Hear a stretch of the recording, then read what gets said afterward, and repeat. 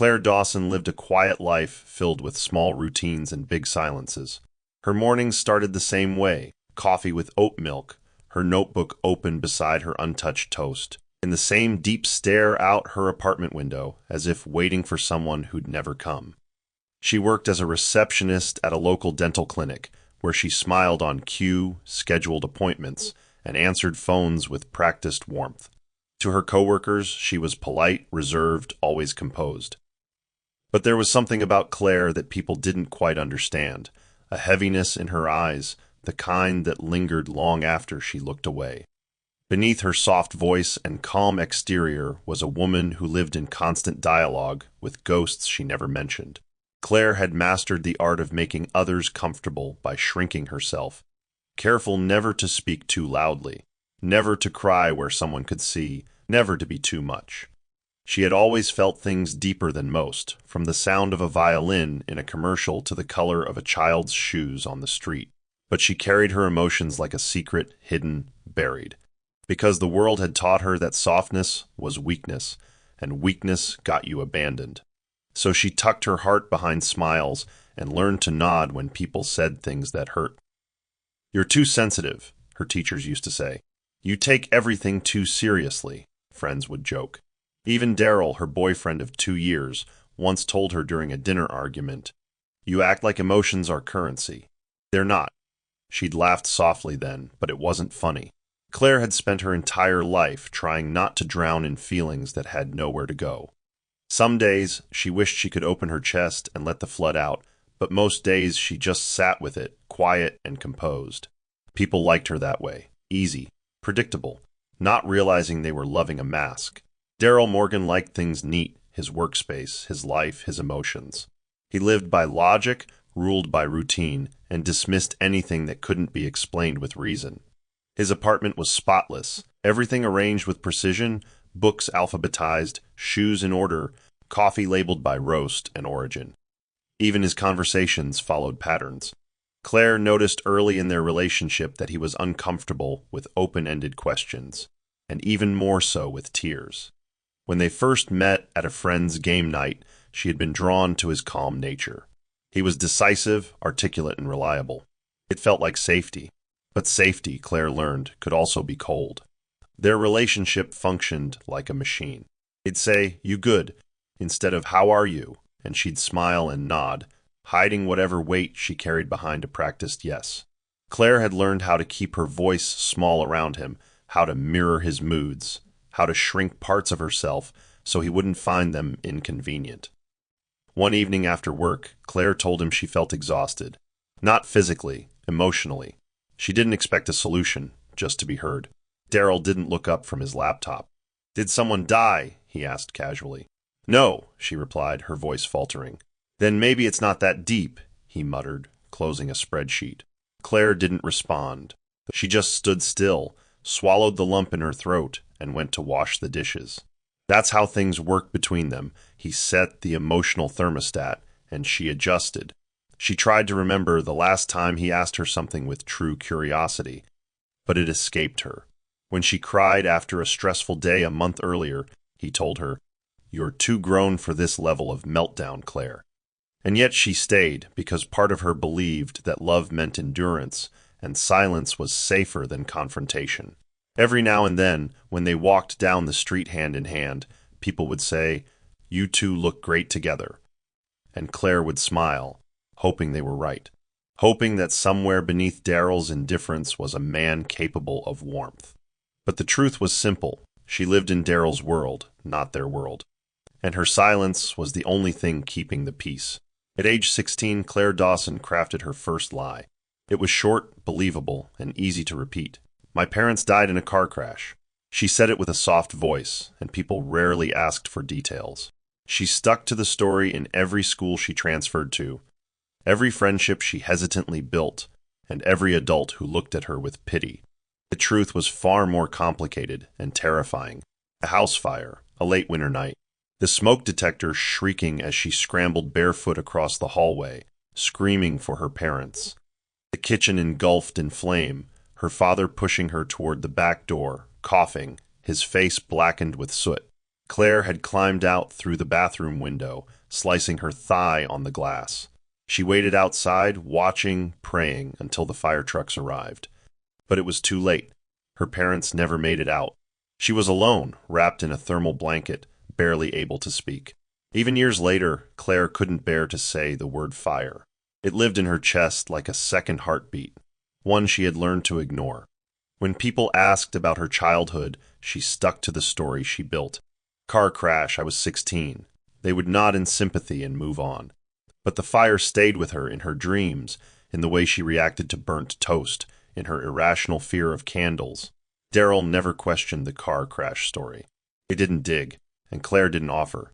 She once thought about telling him, on their 1-year anniversary, over dinner, but when he launched into a speech about emotional baggage being a thing people should sort before entering serious relationships, she changed her mind. I admire how strong you are, he had said once, cupping her hand. You don't dwell on sad things like other women. Claire smiled back, but her heart winced. If only he knew the strength it took not to collapse every time she smelled smoke. If only he knew that her silence was not peace, it was survival. But telling the truth meant reliving it. So she kept the lie alive, whispering it with every introduction, every new friendship, and every time someone got close enough to ask, "What happened to your parents?" Claire was 8 years old when she first learned how to disappear. It wasn't magic, it was trauma. That night, when the fire broke out, her parents were in the living room watching TV. Claire was in her room, sketching quietly. She remembered the first scent of smoke, sharp, bitter, almost metallic. At first, she thought the neighbors were burning trash, but within seconds, the walls of her room turned into shadows and her lungs began to burn. "Mom," she called out. No answer. She opened the door, and thick smoke poured into her space like a tidal wave. She dropped to the ground just like they taught her in school and crawled, coughing and screaming. She heard her father's voice yelling her name through the haze, felt his arms scoop her up, then push her toward the hallway. "Out the window, Claire," he shouted. His voice sounded different, urgent, broken. She hesitated. Then glass shattered behind her. Flames rose like monsters in the kitchen. She climbed onto the toilet seat, forced the small window open, and slipped through. Her leg tore on something sharp, but she kept crawling. She didn't look back. She waited outside barefoot in the snow, her coat forgotten, her eyes wide and wild. The neighbors came running, sirens wailed, and still she didn't cry. Not once. Not even when a fireman gently told her they couldn't save them. A social worker named Miss Tanya arrived that night. She brought Claire shoes and a change of clothes and took her to a shelter downtown. "You were brave," Miss Tanya whispered as she tucked Claire into a strange bed. "You're a survivor." But Claire didn't feel brave. She felt hollow. In the months that followed, she moved between foster homes. She stayed quiet, followed rules, learned how to blend in. When people asked about her parents, she simply said, "They died," and looked away. Her silence became her armor. Crying felt unsafe, like opening a door she'd never close. As she grew older, she realized people liked the version of her that didn't make them uncomfortable. So she gave them that. A soft-spoken girl who didn't ask for much, didn't feel too loudly, didn't remind them of how easily everything could burn.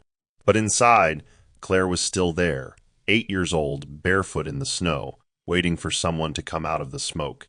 The buzz started in the staff room at the dental clinic. Claire was sipping lukewarm tea between patient calls when her colleague, Justine, waved her phone in excitement. "Claire, have you heard about ashes of yesterday? It's everywhere!" she gushed. Claire glanced up, feigning mild interest, but her eyes locked on the poster on Justine's screen. A little girl sitting on the steps of a smoky porch, clutching a singed teddy bear. Something in Claire's chest tightened. "Is it a thriller?" she asked quietly. Justine shook her head. "No, it's emotional. Like, really emotional. Based on some fictional fire survivor. The trailer made me cry." Claire offered a small smile, but her stomach churned. Later that evening, scrolling through her phone in bed, she found the trailer. The opening lines echoed in her mind. "The fire took everything, but it gave me silence, too." Claire clicked away before it finished. Her palms were sweating. By the end of the week, everyone was talking about the film. Patients brought it up while waiting. Radio hosts debated its chances at an award. Even a woman in line at the pharmacy sniffled while describing the main character's courage. Claire found herself both drawn and repelled. Part of her longed to watch it, to see how someone imagined a life that sounded so close to hers. But the other part, the part that still flinched at fire drills and avoided scented candles, didn't feel ready. At home, Daryl sat reading news on his tablet. Claire cleared her throat. "There's this film. It's supposed to be good. Ashes of Yesterday. I thought we could watch it this weekend." He didn't look up. "Never heard of it." "What's it about?" She hesitated. "A girl who survives a fire. It's more emotional than action." He snorted. "Sounds like a sob story. But sure, whatever makes you happy." Claire nodded, already regretting asking. The way he said sob story stuck with her, as if pain wasn't worth telling unless it had a twist or some glamorous resolution. But she didn't push back. She never did. She made a mental note to prep snacks and tidy the living room. If she was going to watch a ghost of her own life unfold, she needed to make the room feel safe, even if her heart wasn't. Claire spent Saturday afternoon cleaning, even though the apartment was already spotless. It wasn't about the dust, it was about control. She fluffed the couch pillows twice, lit a mild lavender diffuser, and arranged 2 glasses of iced tea on the side table. Daryl was out for a haircut, so she used the time to center herself. She didn't know why she was nervous. It was just a movie night, just like all the others they'd shared. And yet, her hands shook as she poured popcorn into the ceramic bowl. She kept picturing the little girl on the movie poster, her expression vacant, haunted. Claire had looked like that once too, in a mirror she refused to keep. She changed into her softest sweater, the gray one with sleeves that covered half her hands. When Daryl returned, he raised a brow. "Wow, did we win a prize or something? Place looks like a hotel." Claire chuckled softly. "Just wanted tonight to feel calm." He nodded, sat on the couch, and reached for his drink. "So this movie, you really want to watch it?" Claire nodded. "Yeah, everyone's been talking about it." He shrugged. "All right, let's see what all the drama's about." She hesitated before pressing play. As the screen flickered to life, the room dimmed, and the sound of a wind chime echoed through the speakers. The opening scene was serene, a little girl playing on the porch with sidewalk chalk. But Claire's jaw tightened. The chalk was blue, the exact shade she used the day before her parents died. She glanced at Daryl. His face was blank, already bored. The tension in her chest grew. She leaned back, pulling her knees to her chest. "Let me know if you get sleepy," she whispered, half joking. Daryl chuckled. "Unless there's an explosion or a dragon, I probably will." Claire smiled tightly, eyes fixed on the screen. The film was only beginning, but something told her this wasn't just going to be a night in with a movie. This was going to be a reckoning. The movie opened with the sounds Claire knew too well, wind-rustling curtains, an old house creaking in the dark, and the soft hum of a television playing in the background. A little girl named Lily sat cross-legged on a porch, coloring with chalk. Claire leaned forward, her heartbeat already irregular. The camera panned to the girl's mother standing in the kitchen window, humming a lullaby that felt so familiar it made Claire's throat tighten. She glanced at Daryl beside her. He looked uninterested, chewing popcorn slowly. "Is this going anywhere?" he muttered under his breath. She said nothing, eyes glued to the screen. Then it happened, the spark. A faulty outlet, a flicker, a sound too much like the one that began Claire's own nightmare. The music turned tense. Smoke curled from the corner of the kitchen window. Claire's fingers dug into the blanket on her lap. Her breath caught when the fire alarm went off in the film. It was the same shrill tone that had haunted her dreams for years. The child actor's scream echoed through the speakers, and Claire jumped. Her vision blurred as tears welled up. She tried to steady her breathing, but her chest felt tight. Daryl looked at her out of the corner of his eye. "Claire," he whispered. She blinked rapidly. "I'm fine," she said, her voice barely audible. But she wasn't. Because the mother in the film was wearing a red sweater, just like Claire's mother had that night. Because the father yelled, "Run," just like hers had. And because the sound of crackling wood, the desperate coughing, the banging on locked doors, it wasn't cinematic to her. It was memory. She clenched her jaw as the child on screen stumbled through the back door into the snow. Her sweater caught fire, briefly. Claire's shoulders shook. Daryl sighed. "You're really getting worked up over this." Claire didn't answer, because the girl on the screen had just collapsed in the snow, barefoot, crying, and the movie was only 15 minutes in. And already it was too much, too real, too close. By the time the second act began, Claire's body was betraying her. Her fingers trembled uncontrollably in her lap, hidden beneath the soft folds of her sweater. Her legs, curled under her, had gone numb, but she dared not move. Her throat tightened each time a line of dialogue mirrored something unspoken in her past. The actress portraying the child survivor recounted in a therapy session how no one ever asked if she was okay, how everyone was too focused on logistics, where she'd live, what she'd eat, how to clothe her. Claire swallowed a sob as the camera zoomed in on the child's eyes, empty, confused, hollow. It was as if someone had filmed a version of her truth, polished it for film, and projected it into her living room. She didn't understand how this was possible. The resemblance was uncanny. The girl even had the same faint scar across her right eyebrow, the same one Claire had gotten from crawling under debris the night of the fire. She pressed her hands together in her lap, trying to stop the shaking, but Daryl noticed. "Are you cold?" he asked, glancing at her with mild concern. She shook her head. She didn't finish the sentence. The words sat like stones in her chest. Daryl frowned, confused by her reaction. "Claire, it's just a movie." "It's not real," he said gently, but there was an undertone of discomfort. She turned away, blinking hard. Her vision blurred as another scene unfolded, this time of the young girl waking up in a strange bed, staring at unfamiliar walls. Claire felt a lump rise in her throat. Her lips parted, but she couldn't breathe properly. She reached for her water glass and almost knocked it over. "Claire," Daryl said again, this time with more concern. "You okay?" She nodded quickly, voice cracking, just overwhelmed. But what she didn't say was that the line between fiction and memory was blurring so much she could barely hold herself together. Every second of the film felt like an excavation of her buried past. And the worst part? She didn't know whether to look away or keep watching. Because for the first time in her life, someone, somehow, was telling her story, and it was shattering her open. The film paused mid-scene as Daryl reached for the remote and clicked the button. Claire blinked in confusion as the screen froze on the image of the young girl sitting silently in a therapist's office. "Okay," he said, sighing. "I think that's enough." Claire turned toward him, her cheeks wet, her breathing shallow. She hadn't even realized she was crying aloud now, soft sobs shaking her frame, hands clutched tightly together. Daryl stared at her, visibly uncomfortable. "Come on, Claire. What is going on with you? It's just a movie." She wiped her face with her sleeve, trying to pull herself together. "It's not just a movie," she whispered. Her voice cracked. It's too close." Daryl's eyes narrowed, confused. "Close to what? You told me your parents died in a car accident."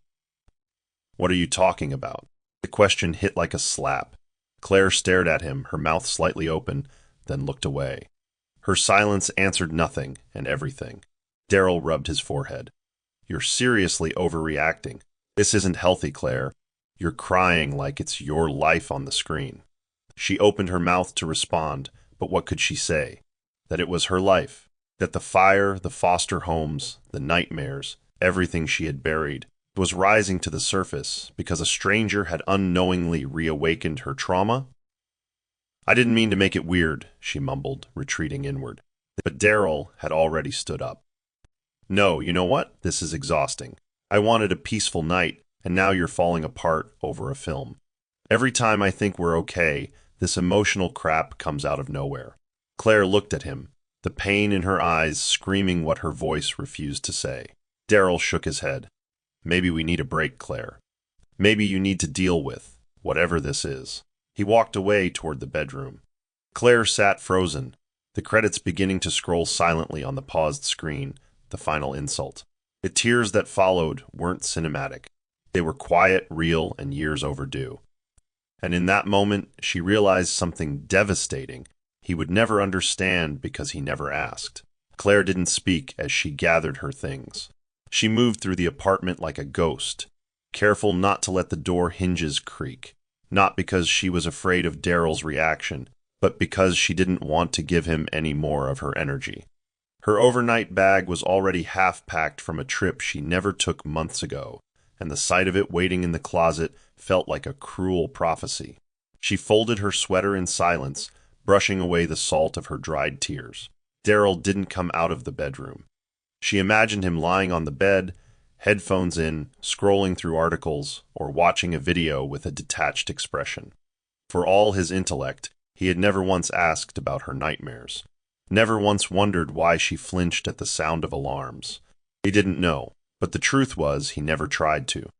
She slipped on her sneakers and picked up her phone. No missed calls, no texts, nothing from him. She stood for a moment in the living room, staring at the black screen of the television that had just hours ago exposed her deepest scar. Then she turned the handle and stepped into the hallway, the door closing softly behind her. Outside, the air was cold and sharp, and it filled her lungs like clarity. She didn't know where she was going, only that she couldn't stay. Eventually, she ended up in front of a cheap hotel on the edge of the city. The clerk looked up, uninterested, handed her a key card, and didn't ask questions.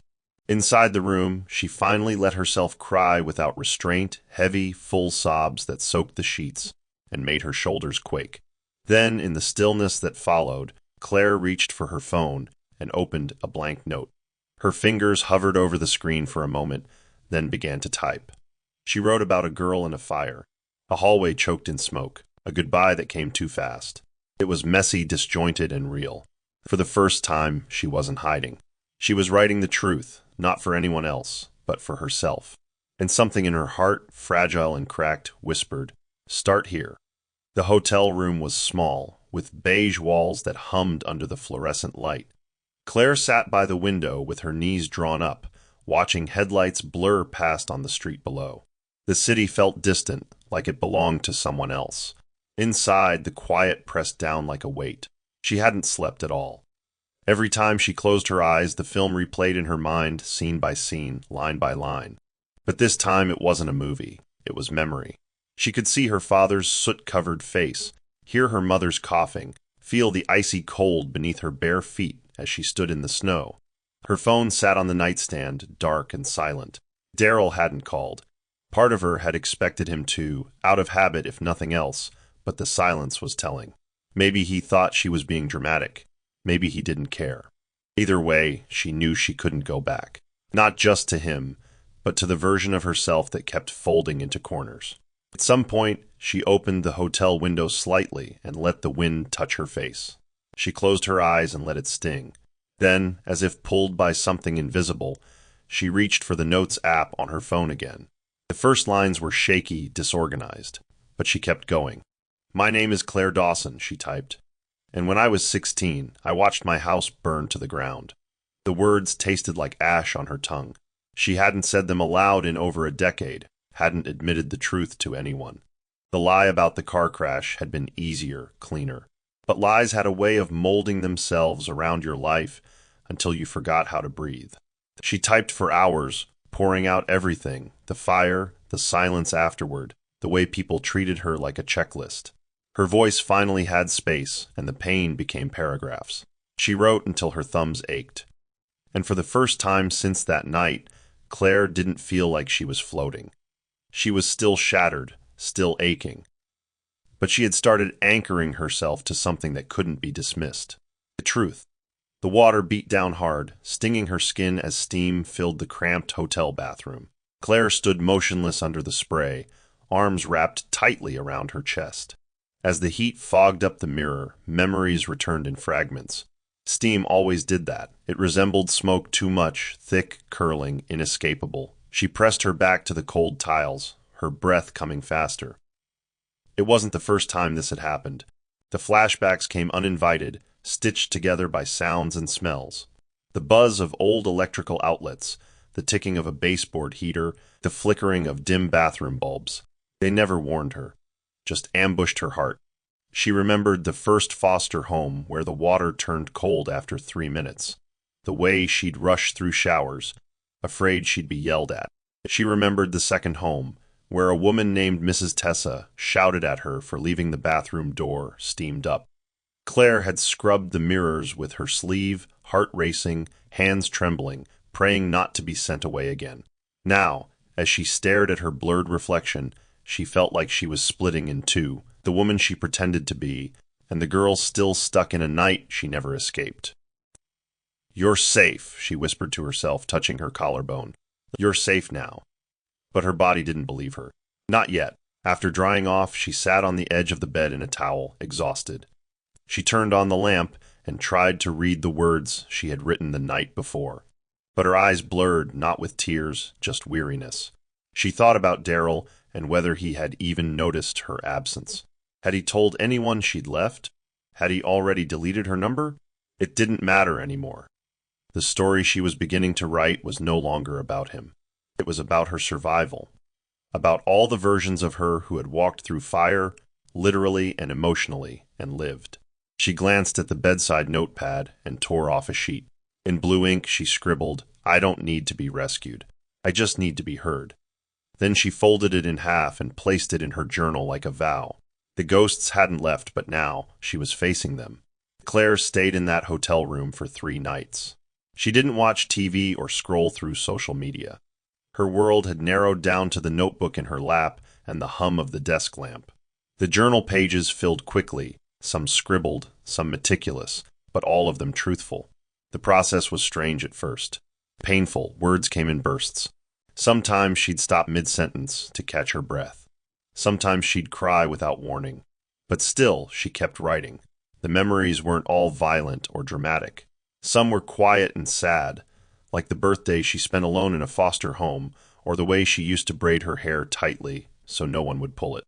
She wrote about her parents, not just how they died, but how they lived. Her mother's laugh, her father's obsession with crossword puzzles, the way her mom used to hum when she cooked. These memories hurt, but they also reminded Claire of what she had lost. Not just people, but comfort, wholeness. By the 3rd day, the notebook was half full. Claire read back through what she'd written, startled by how honest it sounded. For so long, she had told herself that her feelings were inconvenient, exaggerated.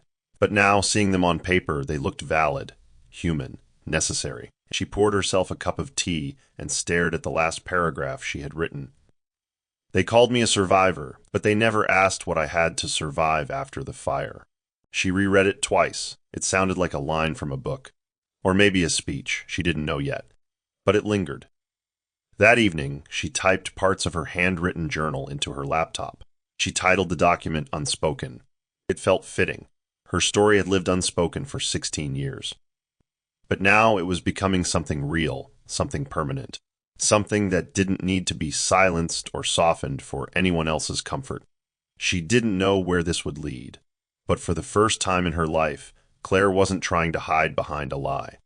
She wasn't trying to be easy or small or invisible. She was just trying to tell the truth.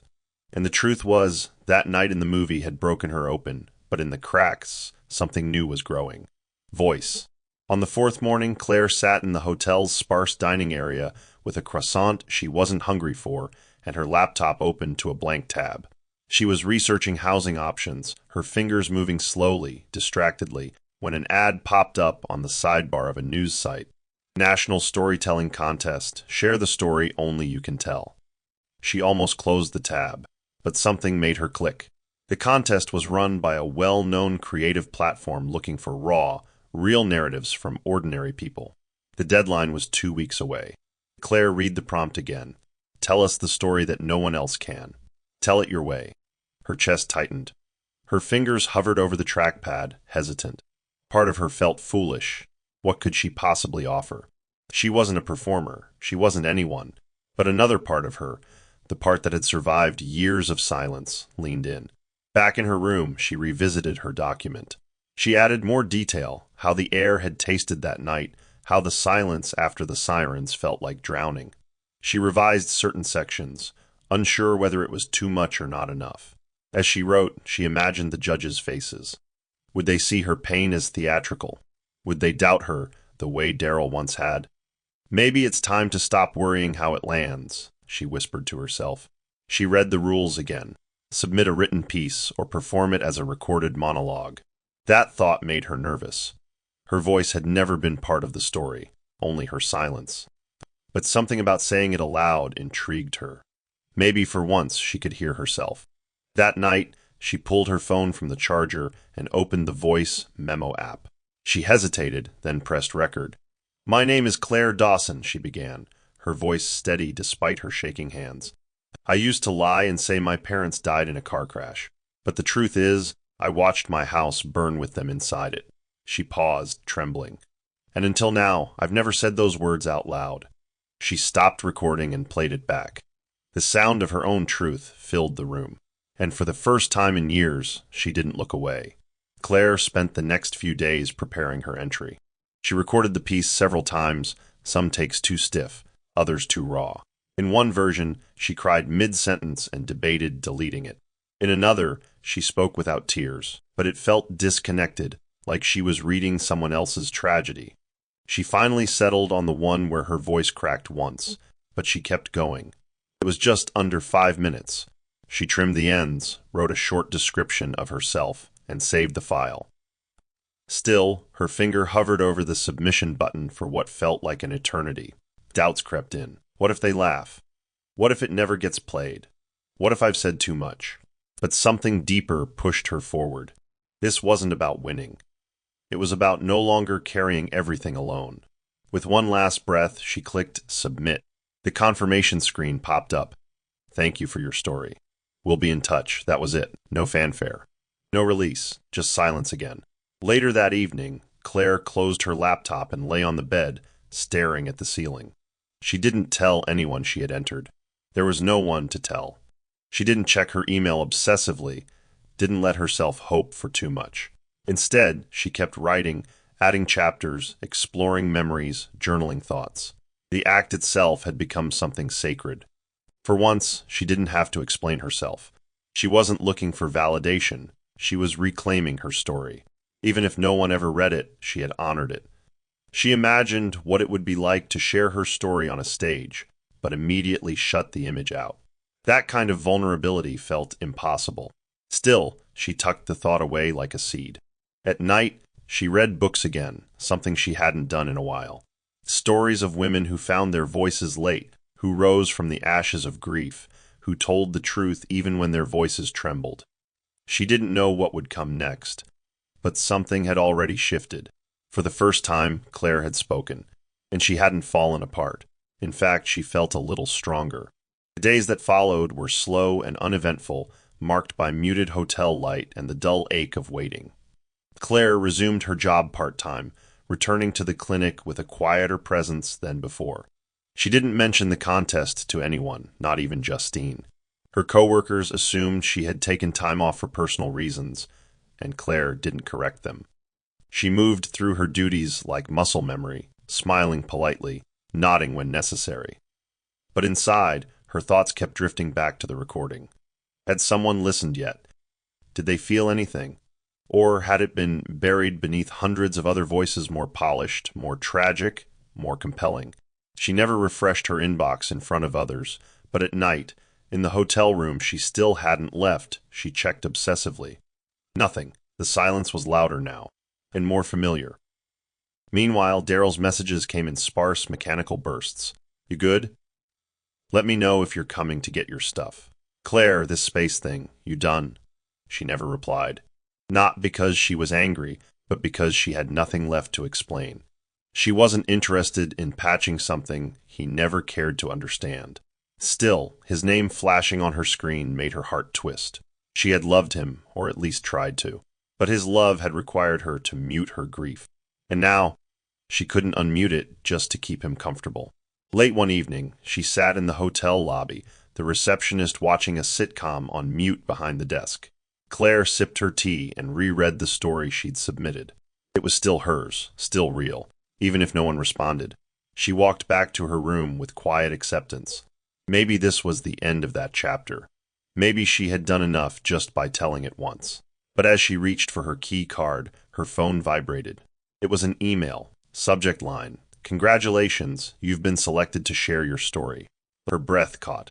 For a long moment, she didn't open it.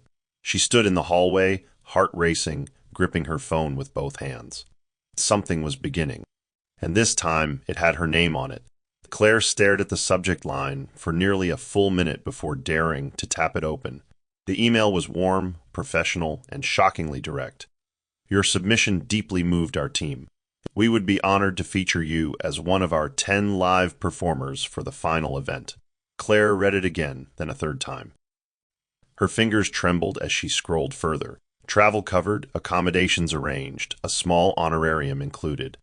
But it was the final line that unraveled her composure. We believe your voice will change someone's life. She covered her mouth as tears slid down her cheeks, not the breathless sobs of that night in Daryl's apartment, but silent, reverent tears. For the first time in her life, someone had heard her truth and didn't look away. She read the logistics again, confirming the date, 2 weeks from now, in a downtown theater. It felt unreal. Later that night, Claire called the number listed in the email to confirm her acceptance. A woman named Rachel answered, her voice enthusiastic and warm. Claire, your piece. It haunted us. Everyone in the room was silent after we played it. You have something rare, truth without performance. Claire didn't know what to say. Thank you, she whispered. I didn't think anyone would even listen. Rachel's voice softened. We did, and we felt it. Your voice matters. We're honored to help share it. When the call ended, Claire sat with the phone in her lap, staring out the window at a city that suddenly seemed less foreign. Her stomach twisted with nerves, but beneath that was something steadier, purpose. She still didn't know if she was ready to stand in front of strangers and unravel her scars aloud. But she'd been chosen, not out of pity or randomness, but because her truth was strong enough to be heard. That night, she placed a new page in her notebook and wrote at the top in bold ink, "Don't shrink before the light." The theater was grander than she imagined. High ceilings, velvet curtains, golden sconces glowing warmly against deep mahogany walls. Claire stood backstage, her palms slick with sweat, heart hammering as muffled applause echoed from the audience. The other performers were gathered nearby, writers, activists, survivors, dreamers. Each had their own stories to tell. A woman named Imani, who had shared her journey of caring for a parent with dementia, reached over and squeezed Claire's hand. You okay? She asked gently. Claire nodded, though she didn't feel okay. She felt like her bones were humming. First time? Imani smiled. Claire whispered, first time speaking it out loud. In front of people, I mean. Imani nodded knowingly. Then that makes you the bravest one here. As her name was announced, Claire stepped into the wings. The bright lights made the edges of her vision blur. She walked slowly to the center of the stage, gripping the handheld mic, the silence from the audience thick and expectant. She looked out at the sea of faces, strangers, yes, but also mirrors, people who had come for truth. Good evening, she began, her voice quivering. My name is Claire Dawson, and I'm here to tell a story I never thought I'd speak out loud. A hush fell over the room. Her breath caught, but she continued. 16 years ago, I watched my home burn to the ground. I told people it was a car crash because that was easier. But the truth is, I survived something I didn't know how to explain. A murmur of emotion moved through the crowd. Claire's hands shook slightly, but her voice grew steadier. And for a long time I believed that silence was survival. But silence is heavy, and today I'm ready to put it down. There was no dramatic music, no swelling orchestration. Just one woman, a stage, and the sound of a heart finally opening. Claire's story unfolded like a soft unraveling, every sentence another thread she'd kept knotted for too long. The fire started in my room, she said clearly, her voice resonating across the auditorium. A faulty outlet. I smelled it first, then I heard my mother's scream. I remember the panic in my father's eyes as he told me to run. I didn't want to leave. I thought if I stayed, I could help. But I was 8, and they didn't make it. Gasps were stifled. The audience leaned in, visibly moved. Claire wasn't reading from notes. Every word was carved from memory. I crawled through a tiny bathroom window with glass in my leg, barefoot in the snow, waiting for someone to come. And when the paramedics arrived, I didn't cry. I couldn't. I stayed silent for years. Everyone called me brave. But they didn't know I was just frozen. She paused to catch her breath, eyes misty but clear. I've lived a long time pretending I was fine, that the lie car crash was harmless. But lies steal your voice, and I'm done being voiceless. A woman in the second row wiped tears from her cheek. Claire continued, watching ashes of yesterday, it was like someone opened a door I'd sealed shut, and everything came pouring out. It broke down. And someone I loved told me I was being dramatic. He didn't know the fire wasn't fiction for me. It was memory. There was a sharp stillness in the room. She closed her eyes briefly. I'm here because I need to reclaim my truth. Not for applause, not for pity, but because there is power in naming what hurt you, and there is healing in no longer hiding. As she stepped back from the mic, a silence stretched across the room like reverence. And then slowly the first hands clapped, followed by more and more, until the room erupted in a thunderous standing ovation that echoed against the rafters. Claire bowed once, her lips trembling into the faintest smile. For the first time, she didn't feel like a survivor waiting to be understood. She felt seen, and in that moment she knew she'd never be invisible again. The applause seemed endless, wave after wave of clapping that pulsed through the auditorium like a heartbeat. Claire stood frozen for a moment, unsure of what to do with the sudden roar of sound. Her palms were damp, her chest heaving with the weight of everything she had just released. People were on their feet, some dabbing tears, others standing with hands over their hearts. She stepped back once, then took a hesitant bow, her eyes wide with disbelief. The spotlight blurred her vision, and yet she could make out rows of faces, all looking at her not with pity, but with respect. As she made her way backstage, her legs felt like jelly. Imani met her at the curtain, wrapping her in a tight hug. You didn't just speak, she whispered. You split the room open. Backstage was a different world now. Event organizers shook her hand. A young intern handed her a tissue with trembling fingers, and a camera crew asked for a quick post-performance clip. Claire could barely find words.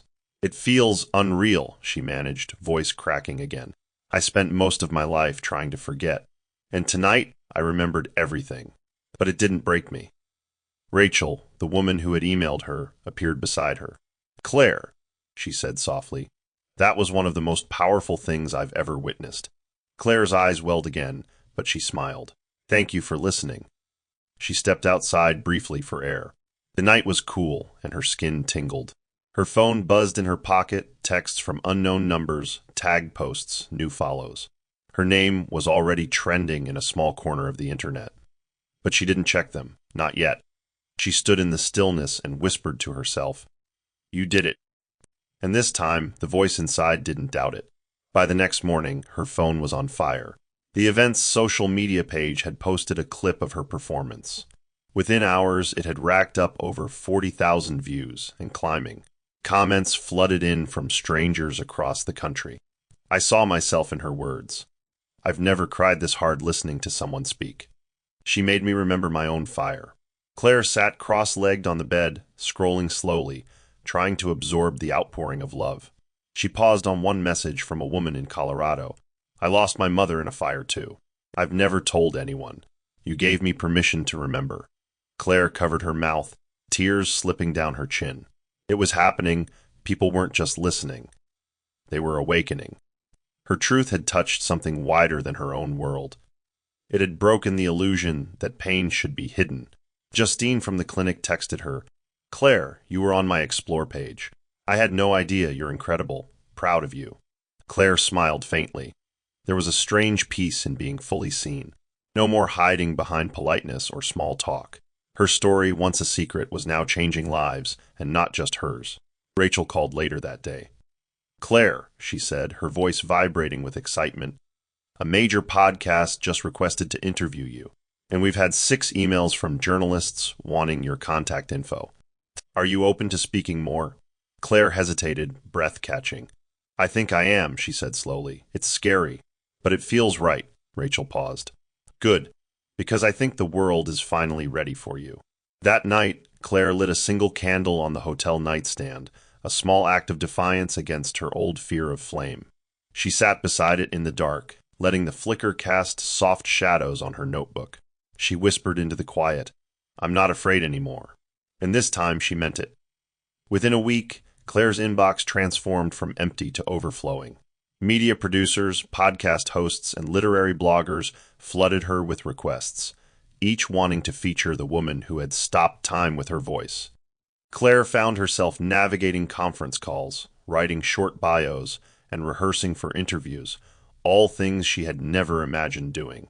She bought a simple ring light and set it up on the hotel desk. Her first podcast was nerve-wracking.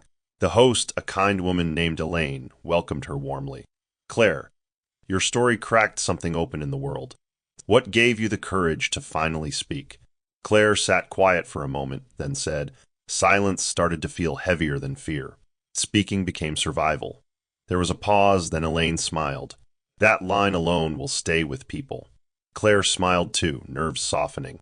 She hadn't realized until now just how much power lived in her voice. She was careful not to let it become performance. In every interview, she stayed grounded in truth, not embellishing, not dramatizing. "I don't tell my story for pity," she told one journalist. "I tell it because I needed someone to say it first, and no one did. So I did." After one of the podcasts aired, Claire received a handwritten letter forwarded by the event organizers. It was from a teenage girl named Lily. "I used to feel like no one would believe what I've been through. But after hearing you, I told my truth to someone for the first time." Claire folded the letter carefully, placing it in her journal. Every new message, every comment, every thank you reminded her that the fire hadn't just burned her life down, it had forged something in her.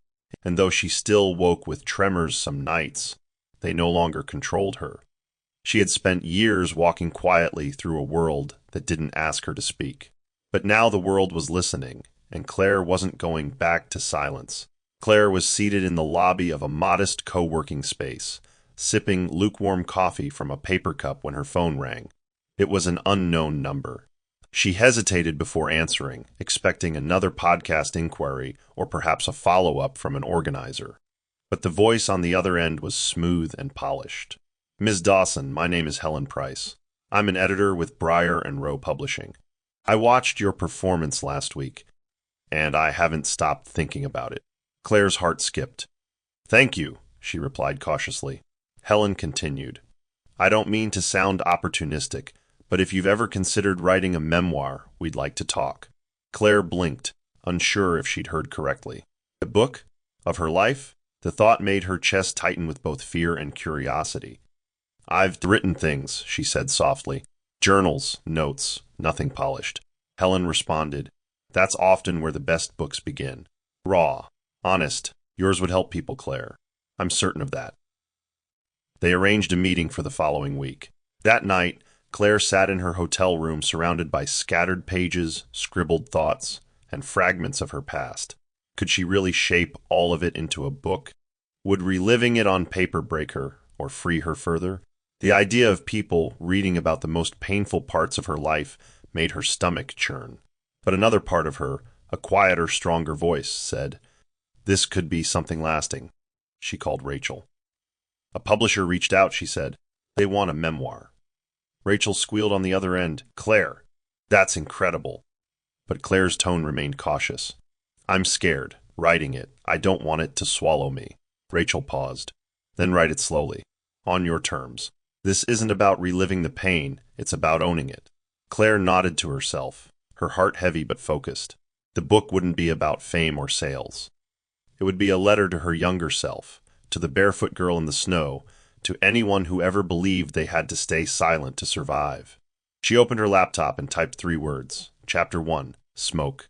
Of all the memories that surfaced during her writing, one refused to leave. The red scarf. It wasn't grand or dramatic, just a small detail from the night of the fire. Claire remembered how her mother had wrapped it around her neck moments before the smoke filled their hallway. "It's cold outside," her mother had said, hands trembling slightly. "Promise me you won't take this off." The scarf was soft and slightly frayed at the ends. Claire had clutched it tight when crawling toward the window, its fibers soaked with tears and ash. After she was rescued, the fire chief returned it to her, a miracle it survived. It had singed edges and it smelled of smoke for months. Claire kept it hidden in a box for years, never quite able to part with it. In her memoir, she gave the scarf its own chapter. The Red Scarf, she titled it. It symbolized everything she had lost and everything she had carried. Writing that chapter unraveled her in a way nothing else had. One afternoon, as she typed the final paragraph, she broke down sobbing at her desk. Her chest heaved with a grief she had buried so deeply she forgot it still lived there. When Rachel checked in later that day, Claire admitted, "I almost deleted the chapter. It felt too tender." Rachel's voice was soft. "And that's why it needs to stay." Later, Claire pulled the scarf from its box, holding it for the first time in years. She rubbed her thumb over the burn mark near the corner. It felt like both a wound and a badge. She draped it over her shoulders and sat at the window, letting it rest against her skin.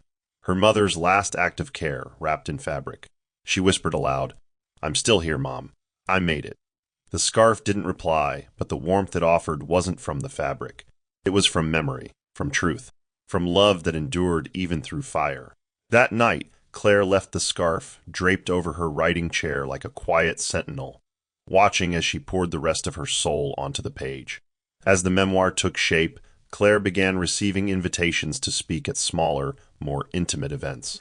Community groups, book clubs, youth programs, people who didn't have millions of followers or flashy platforms, but who carried quiet pain.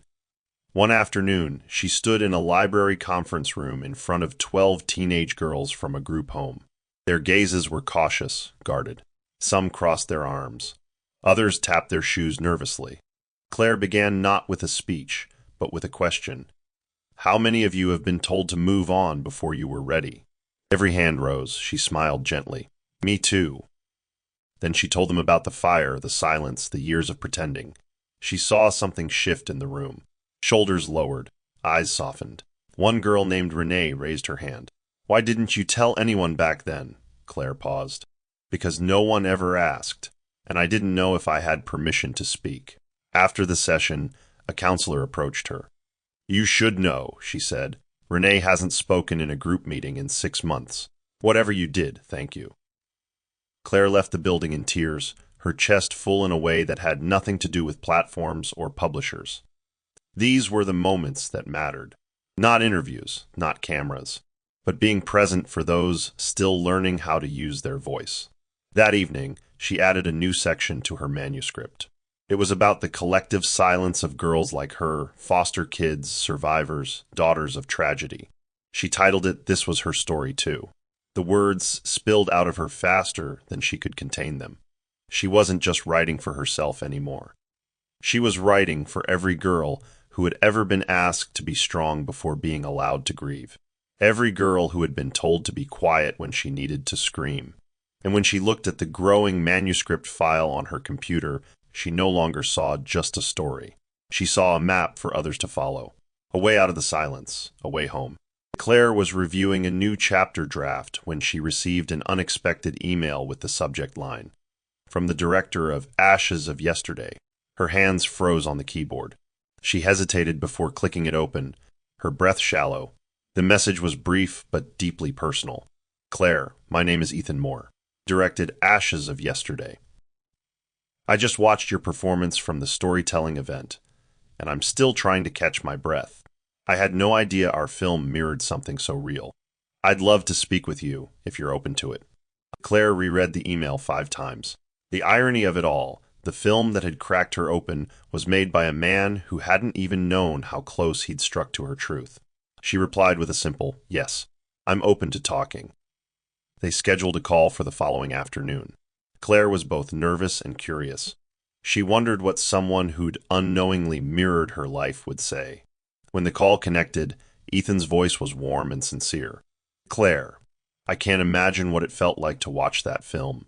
If I'd known," she cut in gently, "you couldn't have, but it found me anyway." There was a pause.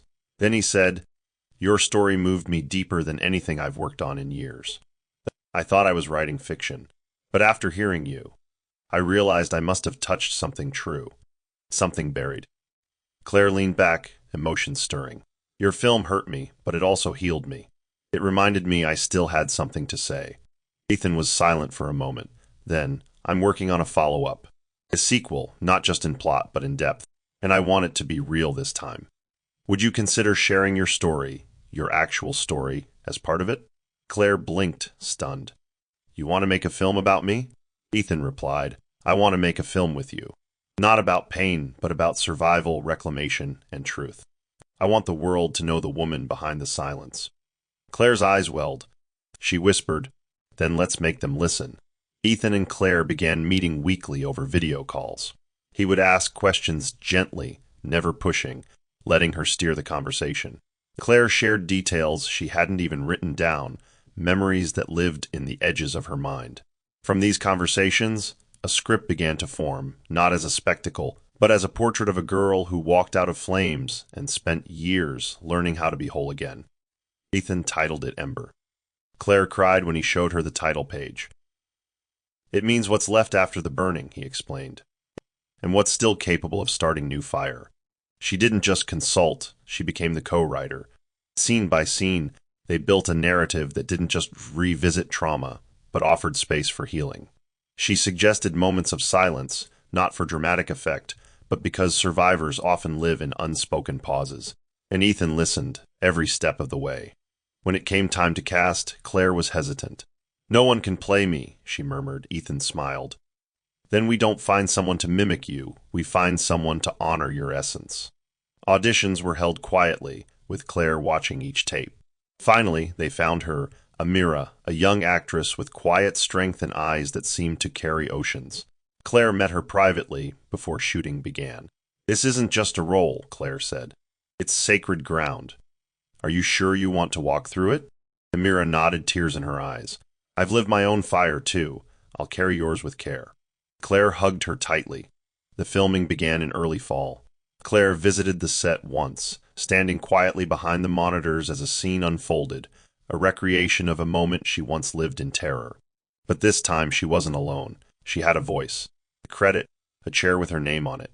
And when Ethan turned to her and whispered, "They'll remember this," Claire didn't respond with fear. She responded with something she hadn't felt in years, certainty. The premiere of Ember was held in a modest theater in the heart of the city.